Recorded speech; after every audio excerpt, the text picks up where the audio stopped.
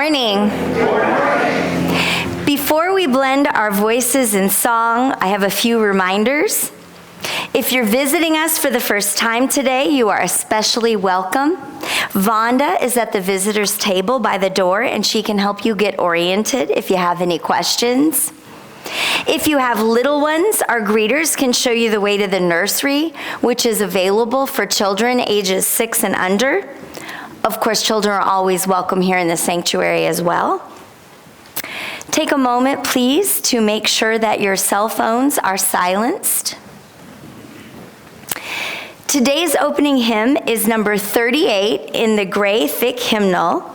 Please rise in spirit or body as you are comfortable.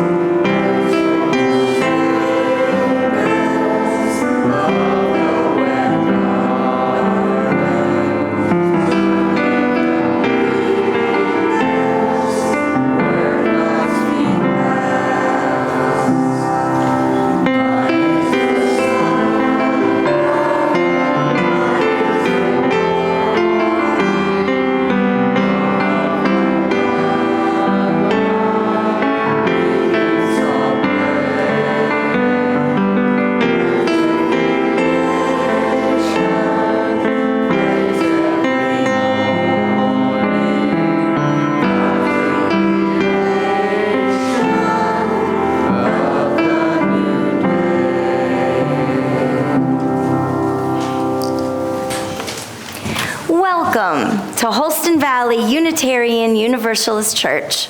I'm Jen. I serve this church on the Religious Services Committee. If you're with us on the internet, or if you're with us sitting in chairs around us, we are one community, united in our commitment to each other and our commitment to live out our principles in the world. Our guest speaker today is our very own Charlie. Charlie has been a member since 2002. He has served this congregation as president of the board and as facilities trustee.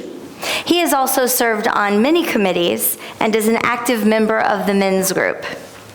He is a retired teacher, a full-time grandfather, and a lover of the outdoors as a hunter, a fisherman, and a gardener.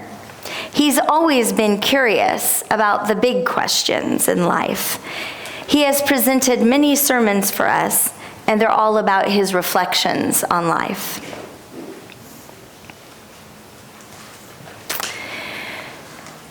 We are going to invite to come help us with our chalice lighting.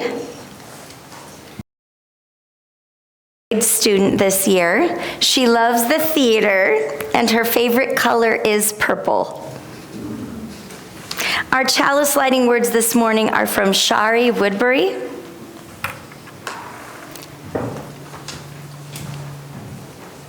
Spark of the Spirit, cupped in earth's embrace, light of love, alive in all creation. As we kindle this flame, we rekindle our connection to the sacred web of life. We welcome you, old friends and new, young and old. You are an essential part of our celebration today. Whether today is your first or your 1,000th Sunday with us, we are stronger because of your presence. We are one people of many beliefs, many origins, sexualities, and genders. We are all growing, all learning, and all loved. Just as you are welcome here.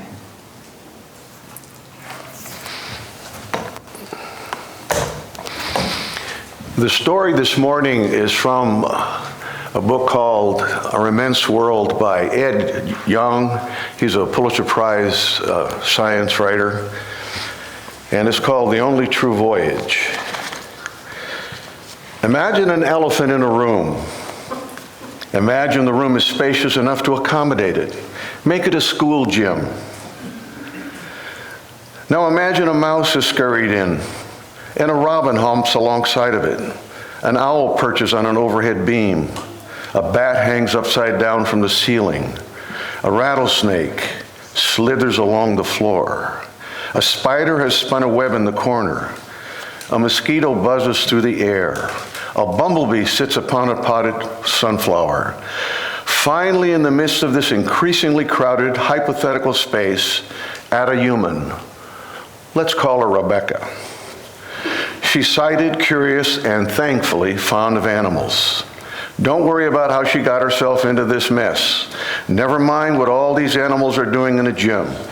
Consider instead how Rebecca and the rest of this imaginary menagerie might perceive one another. The elephant raises its trunk like a periscope. The rattlesnake flicks out its tongue, and the mosquito cuts through the air with its antennae. All three are smelling the space around them, taking in the floating scents. The elephant sniffs nothing of note. The rattlesnake detects the trail of the mouse and coils its body in ambush. The mosquito smells the alluring carbon dioxide on Rebecca's breath and the aroma of her skin. It lands on her arm, ready for a meal. But before it can bite, she swats it away, and her slap disturbs the mouse. It squeaks in alarm at a pitch that is audible to the bat, but too high for the elephant to hear. The elephant, meanwhile, unleashes a deep, thunderous rumble, low pitch for the mouse's ears or the bat's, but felt by the vibration-sensitive belly of the rattlesnake. Rebecca, who's oblivious to both the ultrasonic mouse squeaks and the infrasonic elephant rumbles, listens instead to the robin, which is singing at frequencies better suited to her ears. But her hearing is too slow to pick up all the complexities the bird encodes within the tune. The robin's chest looks red to Rebecca, but not the elephant, whose eyes are limited to shades of blue and yellow. The bumblebee can't see red either, but it is sensitive to the ultraviolet hues that lie beyond the opposite end of the rainbow. The sunflower it sits upon has at its center an ultraviolet bullseye, which grabs the attention of both the bird and the bee. The bullseye is invisible to Rebecca, who thinks the flower is only yellow. Her eyes are the sharpest in the room. Unlike the elephant or the bee, she can spot the small spider sitting upon its web. But she stops seeing much of anything when the lights in the room go out. Plunged into darkness, Rebecca walks slowly forward, arms outstretched, hoping to feel obstacles in her way. The mouse does the same, but with whiskers on its face, which sweeps back and forth several times a second. As it skitters between Rebecca's feet, its footsteps are too faint for her to hear, but they're easily audible to the owl perched overhead. The disc of stiff feathers on the owl's face funnels sound towards its sensitive ears, one of which is slightly higher than the other. And thanks to this asymmetry, the owl can pinpoint the source of the mouse's skittering in both the vertical and horizontal planes. It swoops in just as the mouse blunders within range of the waiting rattlesnake. Using two pits on its snout, the snake can sense the infrared radiation that emanates from warm objects. It effectively sees in heat, and the mouse's body blazes like a beacon. The snake strikes and collides with the swooping owl. All of this commotion goes unnoticed by the spider, which barely hears or sees the participants. Its world is almost entirely defined by vibrations coursing through its web, a self-made trap that acts as an extension of its senses. When the mosquito strays into the silken strands, the spider detects the telltale vibrations of struggling prey and moves in for the kill. But as it attacks, it is unaware of the high-frequency sound waves that are hitting its body and bouncing back to the creature that sent them, the bat. The bat's sonar is so acute that it not only finds the spider in the dark, but pinpoints it precisely enough to pluck it from its web. As the bat feeds, the robin feels a familiar attraction that most of the other animals cannot sense. The days are getting colder. It's time to migrate to warmer southern climes. Even within the enclosed gym, the robin can feel Earth's magnetic field, and guided by its internal compass, it points due south and escapes through a window. It leaves behind one elephant, one bat, one bumblebee, one rattlesnake, one slightly ruffled owl, one extremely fortunate mouse, and one Rebecca. These 7 creatures share the same physical space, but experience it in wildly and wondrously different ways. The same is true for the billions of other animal species on the planet and the countless individuals within those species. Earth teems with sights and textures, sounds and vibrations, smells and tastes, electric and magnetic fields, but every animal can only tap into a small fraction of reality's fullness. Each is enclosed within its own unique sensory bubble, perceiving but a tiny sliver of an immense world. We're going to let the children's choir sing. They're going to sing through it twice, and on the third time, we ask that the congregation join them. And the words are going to be up here for you.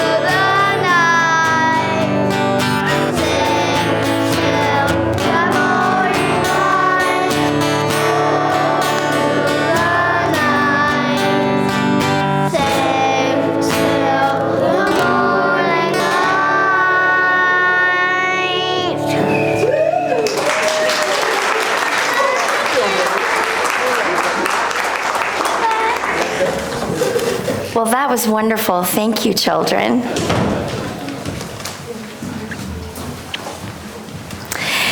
Come to this community with all that you are. Your joys and your concerns are welcome here. We share our moments of joys and sorrow with candle cards, of which I do not have one, forgive me, They are on the back counter, and you can fill one out and put them in the box to be read aloud, or you can email Reverend Tiffany at minister.hvuuc.org. That's minister@hvууc.org, with the words candle card in the subject line. Please make sure to indicate whether or not you'd like the card read aloud in the service, which is being broadcast publicly on YouTube. The process of lighting a candle will not show any individuals on the YouTube video. I have 2 cards today. Earth Day is this week, and we light our first candle for our Mother Earth. And the second from Claudia. She says, I finally found a house in Connecticut and hope to move in May. Congratulations, Claudia.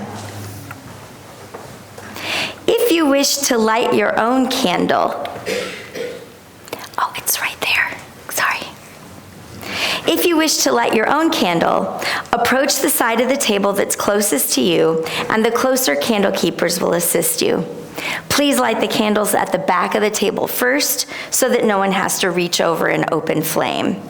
If you wish for us to light a candle for you, please raise your hand and I will acknowledge you to ensure that a candle is lit on your behalf.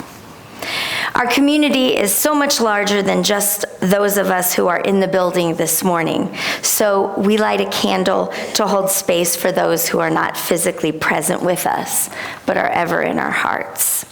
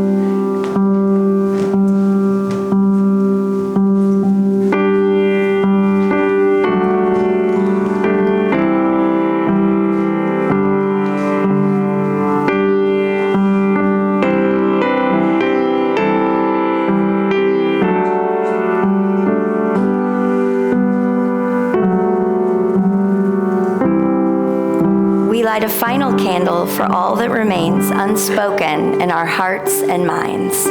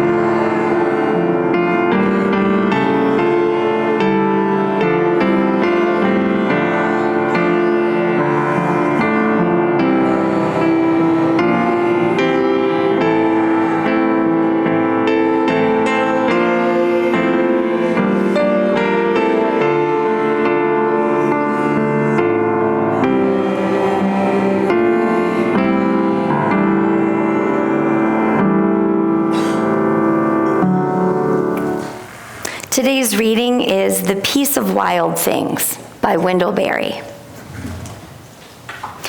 When despair for the world grows in me, and I wake in the night at the least sounds in fear of what my life and my children's lives may be, I go and I lie down where the wood drake rests in his beauty on the water, and the great heron feeds.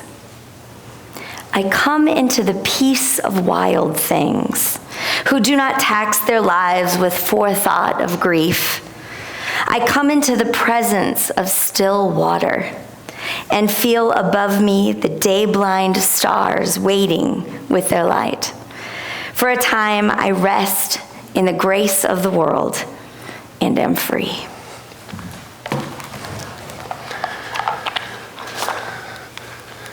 Good morning, and again, thank you for the opportunity to present a talk this morning that's called Regaining All Our Senses. To see, to hear, to smell, to taste, to touch. Our five senses are essential for our survival and our enjoyment. They provoke our thinking and our emotions. Our senses haven't changed over thousands of generations, but our experience in using them in the modern world are unlike any time before us. We are in a time and sensory capsule of modernity. Because we are deeply immersed in it, we often lack perspective to question its defining aspects. Today I want to focus on our individual experience in this bubble, to see what we've won and what we've lost, and why it matters in our lives and spiritual journey. The modern age begins in 1500, but we're going to be talking about modernity, which begins in 1900 with unprecedented technological, economic, political, and cultural changes on a global scale. Another way of visualizing those changes is to see them on a graph that measures the direction and speed over time. And we need one on the... There it is. This is called a J curve. You see the shape is like a J in the alphabet. This is population. Until 1900, there's never more than 1.5 billion people in the world. 1900. 66 years later, 3 billion. It had doubled. 33 years later, 1999, it doubled again to 6 billion. And now it's over 8 billion. That's a J curve. The next screen, these are other J curves. Total books published, life expectancy, travel speed, explosive power. You could go into almost any aspect of life. And what these graphs are showing you is how much change has occurred, how steep that graph is. The 20th century was a century of J curves, as is our present one. There have been more technological, medical, population, political, economic, and lifestyle changes in the last 125 years than in the previous 300,000 years of human history. How many of you here were born before 1963? Would you raise your hand? Okay. If you were born then, you have lived through half of that 125 years. So this is an ancient history, is it?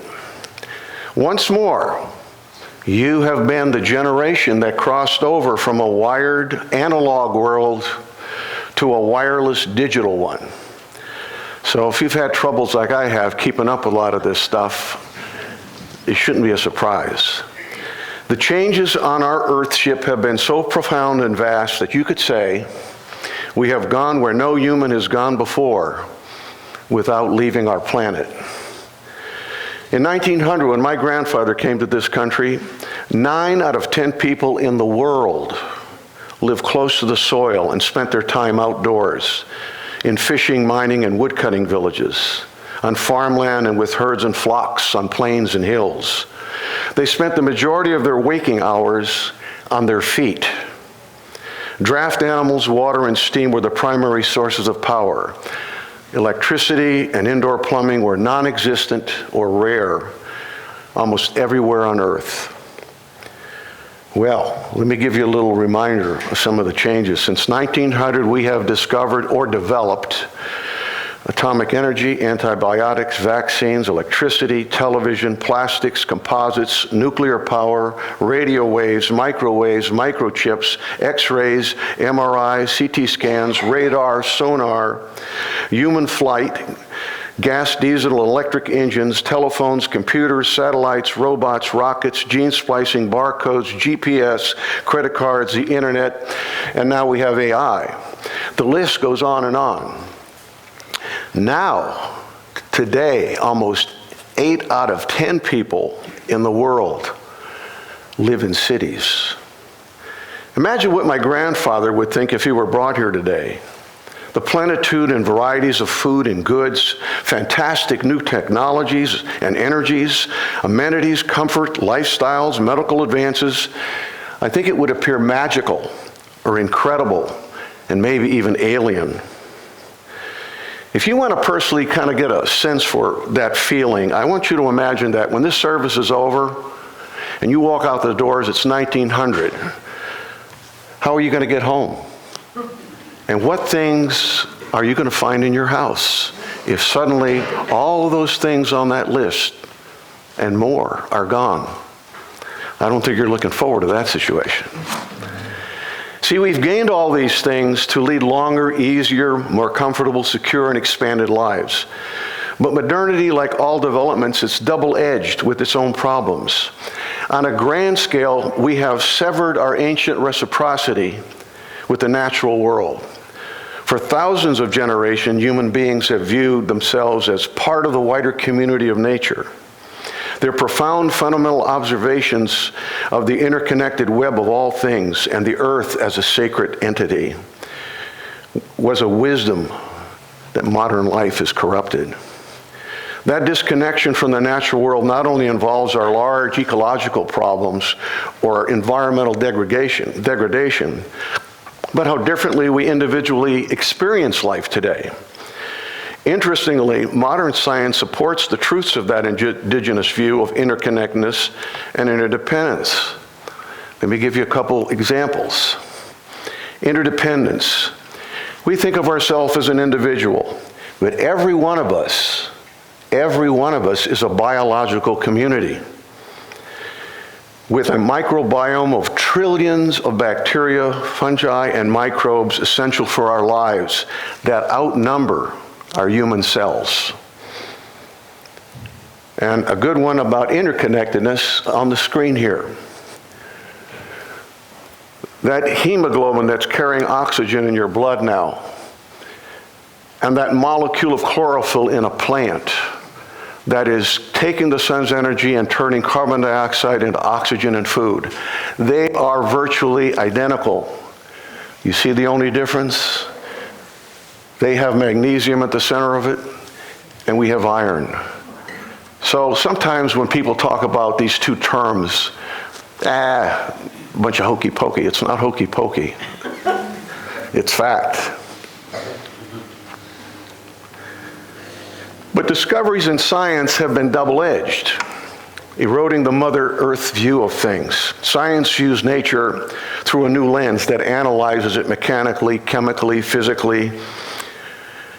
Its new amazing discoveries have led to technologies that drastically changed our relationship with the Earth.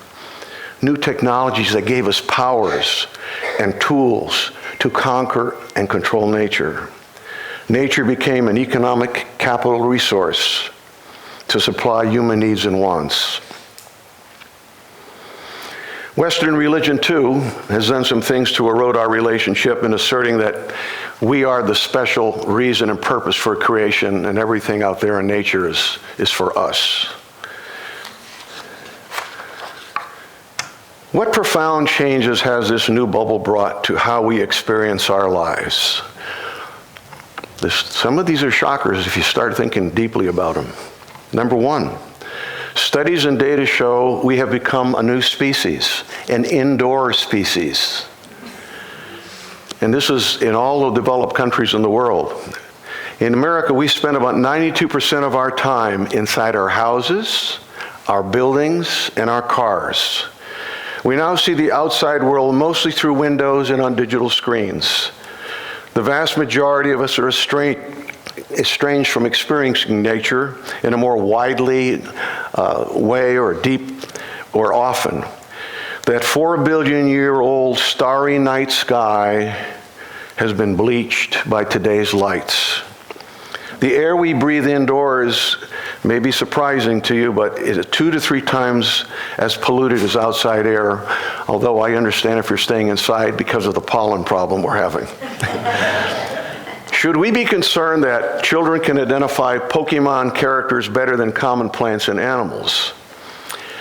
And check it out as you drive and get around the world and your memories serve you about things that even happened yesterday. See how many human beings you find outside. You actually find outside. The second thing is we are limiting much of our sensory life to experiences on digital screens, where information, communication, pictures, and entertainment are produced for commercial reasons to get and hold our attention. The average American adult spends 7 hours per day on screens, and that's including phones. For some, it's part of work, but in general, we are all mostly experiencing life like we're Earth visitors with little direct experience with the outside world. We're going faster and faster and seeing less. We are losing our relationship with the natural world. Back in 1900, 95% of the communication between humans was face to face.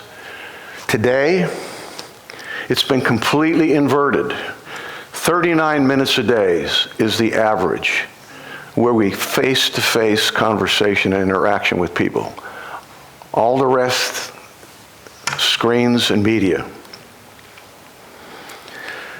Historians have dubbed this the information age, and boy, do we get lots of it every day. Media programs and commercials try to tell us and sell us what we need to make us happy. Pictures tease us to click on them and learn about new products or news. Blogs, games, news, and social media fill hours of our time. It's a cognitive overload. How and when do we step out of the bubble to get our bearings? Without a wider sensory perspective, how do we answer the basic spiritual question? What's important in life? This is not about turning back the clock to 1900 where the average lifespan was 47, but balancing our lives in a more sane and healthier way. What is life? Here's an answer inside the bubble that you and I live in. Life is living matter that shows attributes like responsiveness, growth, metabolism, sensitivity, energy transformation, and reproduction. Let's step outside the bubble. Chief Crowfoot, 1880. It is the flash of the firefly in the night. It is the breath of a buffalo in the wintertime. It is the little shadow which runs across the grass and loses itself in the sunset. Two different answers and languages. One's abstract, the other one's sensual. One's knowledge, the other's wisdom. One feeds the mind, the other the spirit. Shouldn't we be listening to both? Now, William Wordsworth saw a lot of what's happening back in 1802 when he wrote these few lines in poetry. He said, "The world is too much with us. Late and soon, getting and spending, we lay waste our powers. Little we see in nature that is ours. We have given our hearts away, a sordid boon." Henry Beston, a writer and naturalist, explains a more subtle problem. He writes that we need a wiser and more mystical concept of animals, that Living remote from nature, man in civilization surveys the creature through the glass of his knowledge and sees a feather magnified and the whole image in distortion. And so we patronize their incompleteness, their tragic fate of being so below us. He insists the animals shall not be measured by man. In a world older and more complete than ours, they move finished and complete. Gifted with the extension of senses we have lost or never attained. Living by voices we shall never hear. They are not brethren. They are not underlings. They are other nations caught with ourselves in the net of life and time. Poet Mary Oliver, who died in 2019, reflects on the spiritual consolation and richness nature brings. When death comes, I want to step through the door full of curiosity, wondering, what's it going to be like, that cottage of darkness? I think of each life as a flower, as common as a field daisy. When it's over, I want to say, all my life I was a bride to amazement. I was a bridegroom taking the world into my arms. When it's over, I don't want to wonder if I made of my life something particular and real. I don't want to find myself sighing and frightened and full of argument. I don't want to end up simply having visited the world. I don't want to end up simply having visited the world. A haunting thought, as is Thoreau's, who went to the woods to front the essential facts of life, and not, when he came to die, discover that he had not lived. So why is a turn toward nature vital for our answers? In David Abrams' book, The Spell of the Sensuous, he writes of the crisis, and I'll paraphrase it. The human mind is not some otherworldly essence that comes to house itself in our physiology. Rather, our mind is instilled and provoked by our senses, by the tensions and participation between the human body and the living earth. We have subtly favored dictionary definitions and precision of language, tools of our rational mind in our search for meaning in our lives. But meaning remains rooted, not in language, but the sensory life of the body.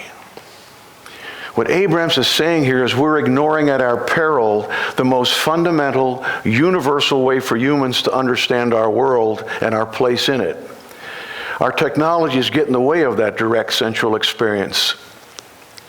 Creation, or nature, is the only open, unedited version of life and the world for humans everywhere, in all times.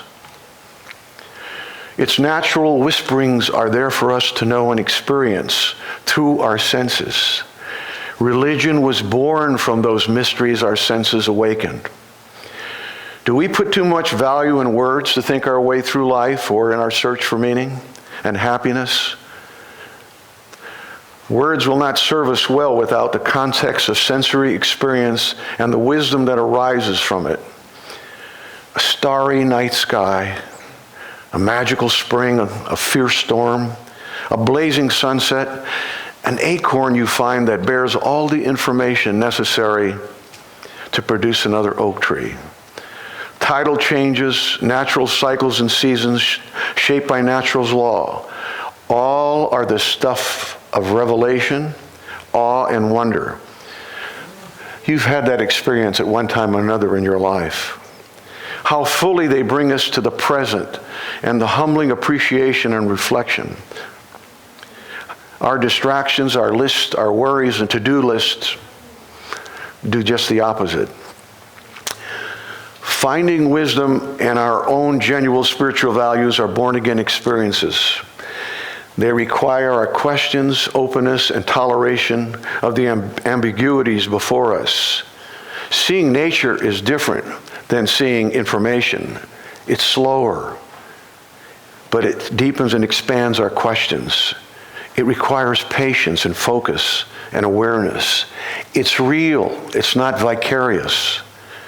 Our sense of aliveness grows out of the simplicity and directness of feeling those moments. This is one Emerson had, and it really hit me hard because I think I've had that feeling too, and maybe you have. He was crossing a bare common in snow puddles at twilight. Under a clouded sky, he said, without having in my thoughts an occurrence of special good fortune, I have enjoyed a perfect exhilaration. I am glad to the brink of fear. Have you ever had one of those where you just felt so good you didn't understand why? And it was so powerful. Or Aldo Leopold, he says, I glean from my pines something more than woodlot politics. I feel a curious transfusion of courage. You know the feeling of aliveness. You've all had, I think, those feelings of utter exhilaration, experiences that are so deeply felt that you had no words to describe them, experience derived through your senses that inexplicably connect you with something bigger than yourself or your time or your culture. Experiences that require no exotic search, no money, no special skills, no education, only openness and perception. And as Thoreau put it, it's not what you look at that matters. It's what you see. Nature stimulates us with its beauty and mysteries, and health benefits await us. Today, Japan leads in what is known as forest bathing, Shinrin-yoku. The physicality of walking in a forest, breathing its air, and diving into the rhythm and presence of nature all help our health and well-being. And there's science behind this. Trees release anhydrous aerosols that are medicinal for blood pressure, well-being, anti-cancer, and more. Research is indicating it improves the T cells in our immune system by breathing them in or absorbing them through your skin. A lot of times people are asked to go out when it's warmer and wear a t-shirt because you actually get some of those aerosols that way. The infrasound of wind in the trees and engaging with nature significantly reduces anxiety and depression. And for us older adults, if you want to extend your life journey, a study in Sweden that was 25 years long shows that there's a 22% decrease in the risk of mortality, and you'll have improved physical fitness and better sleep, and no surprise, you're probably going to be eating a better diet. Just gardening. And there's a book that's out by Michael Easter called The Comfort Crisis. Think about this. He said that the exceptional comforts modern life in the West has brought is a cause for many of our physical, emotional, addiction, and mental problems. His mantra is, embrace discomfort to reclaim your wild, happy, healthy self. He advises us to step out of our comforts regularly. Try it. Go for a walk in the rain. Go for a walk in the cold. Spend some solitude in a natural setting. Try something that stretches you with some uncertainty as a part of it. Physical challenges, environmental extremes, and fasting strengthen mental discipline and unlock resilience, creativity, satisfaction. He believes it's in our genes to need nature and living things. Silence and solitude and stillness bring clarity and peace, inviting us to a faith, a rhythm, a perspective, and a feeling that comes out of nature. It is a feeling of belonging, a wholeness we were born to experience. But here's a spoiler alert. Nature may be the creator of all that is beautiful, but any sentimentality about her wonders is on part of the beholder. Nature is inexorable, brazen with indifference to our dreams. There's no rewards or punishments in nature, only consequences. From atoms to galaxies, she offers mysteries beyond our horizons, beyond measure, and even our full understanding. And on this rare planet where life thrives and we know her awe and beauty, we know too her other realities: disease and storm and drought, flood, pestilence, starvation, death, earthquakes, predator and prey, challenges all life must deal with. And us as a sentient creature, we as a sentient creature, we know one most poignantly: our mortality. It is from all these things, the awe, the beauty, the challenges, and the mysteries of existence, that spiritual beliefs are spawned and grow. And as the poet Rumi puts it, this being human is a guest house, and we must learn to take the bad as well as the good.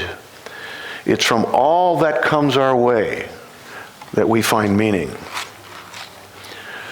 So regaining those five senses in our relationship with the natural world can enrich our lives, offer new bearings and anchors in our pursuit of the answer to what's important in life. Thoreau, the closing quote is Henry David Thoreau's. It offers hope and challenge. He wrote, "The morning wind forever blows. The morning wind forever blows." The poem of creation goes on uninterrupted, but few are the ears that hear it. Olympus is but the outside of the world everywhere. May each of you take the world into your arms and be a witness to its amazement. May it be so.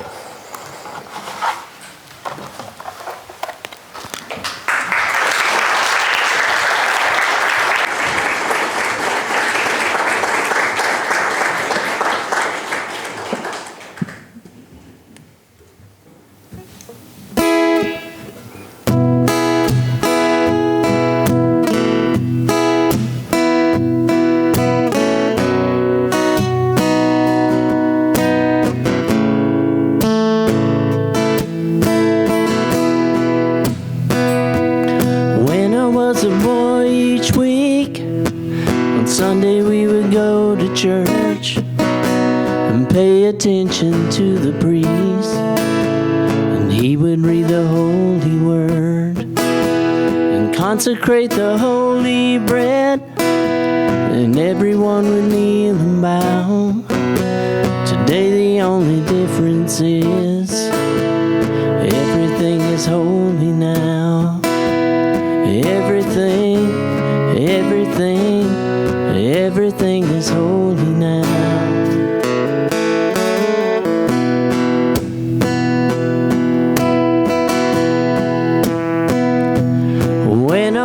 Sunday school, and we would learn about the time Moses split the sea in two, and Jesus made the water wine. And I remember feeling sad that miracles don't happen still. Now I can't keep track, 'cause everything's a miracle.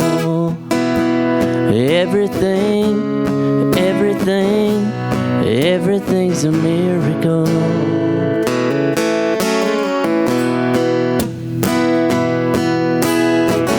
Wine from water is not so small, but an even bigger magic trick is that anything is here at all. So the challenging thing becomes not to look for miracles, but finding where there isn't one. When holy water was rare at best, it barely wet my fingertips, but now I have to hold my breath like I'm swimming in a sea of it. It used to be a world half there, heaven second-rate hand-me-down. But I walk it with a reverent air, 'cause everything is holy now. Everything, everything, everything is holy now.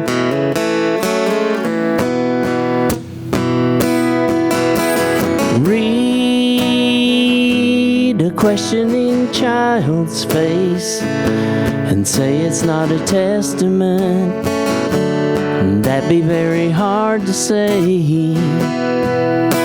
See another new morning come and say it's not a sacrament. I tell you that can't be done. This morning outside I stood and saw a little red-winged bird shining like a burning bush, singing like a scripture verse. It made me want to bow my head. I remember when church let out, how things have changed since then. Everything is holy now. It used to be a world half there, heaven second-rate hand-me-down. But I walk it with a reverent air, 'cause everything is holy now.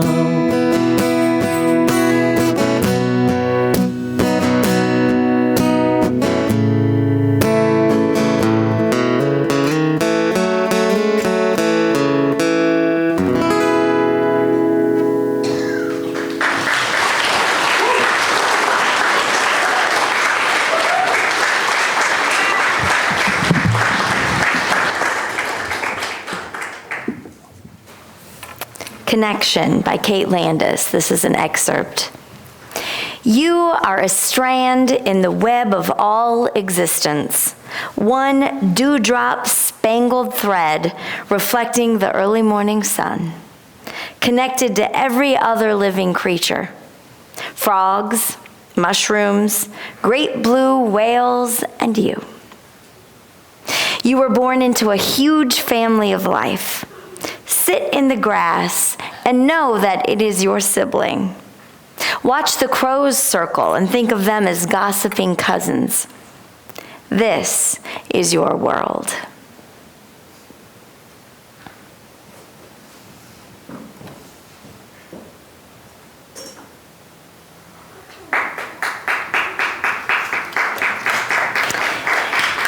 Thank you. Thank you for being with us today. I have some announcements. Our music committee is dangerously low on volunteers. If you are interested in volunteering, please email music@hvuuc.org. You don't have to be musically talented to join the committee. You just have to love music and be willing to help. Join us here at the church on April 25th at 5 p.m. for a presentation on astronomy and extraterrestrial life. And you can learn more about the many opportunities for fellowship, justice work, and working together by visiting our website at hvuuc.org and checking out the news and events section. Our closing hymn is Blue Boat Home. That's number 1064 in the thin teal hymnal. And this is also when we pass the offering plate. The contributions that you make to us during the offering supports the way that we build each other up within this community, and also gives us the resources we need to stretch out into the wider world to make a positive impact. If you are making a pledge payment, please mark it as such. And thank you for your contributions. Please rise with us in spirit or body for our closing hymn, Blue Boat Home.